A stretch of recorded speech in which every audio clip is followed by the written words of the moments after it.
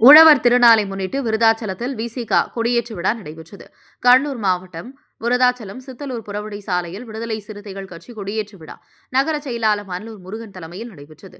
இதில் சிறப்பு அழைப்பாளராக கலந்து கொண்ட கடலூர் மைய மாவட்ட செயலாளர் BR நீதிவள்ளல் விடுதலை சிறுத்தை கட்சி கொடியினை ஏற்றி வைத்து இனிப்புகள் வழங்கினார்.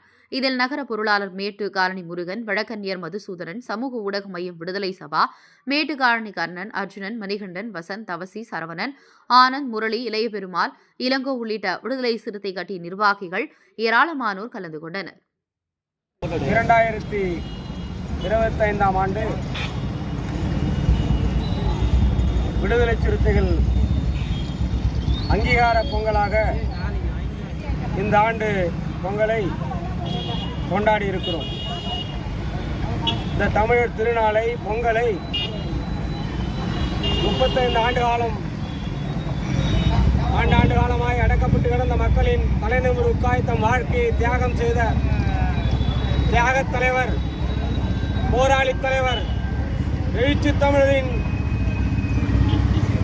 தியாகத்தை போற்றுகிற வகையில், வணங்குகிற வகையில் இந்த பொங்கலை அங்கீகார பொங்கலாக எழுச்சி தமிழருக்கும் தியாகத் தலைவருக்கும் எழுச்சி தமிழர் இந்த மண்ணுக்கு தந்த தியாக தந்தை, தியாகத் தாய் உள்ளிட்ட அனைவருக்கும் இந்த பொங்கலை அங்கீகார பொங்கலை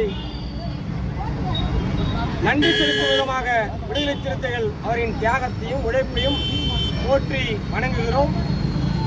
தலைவர் எழுச்சி தமிழர் வழியில்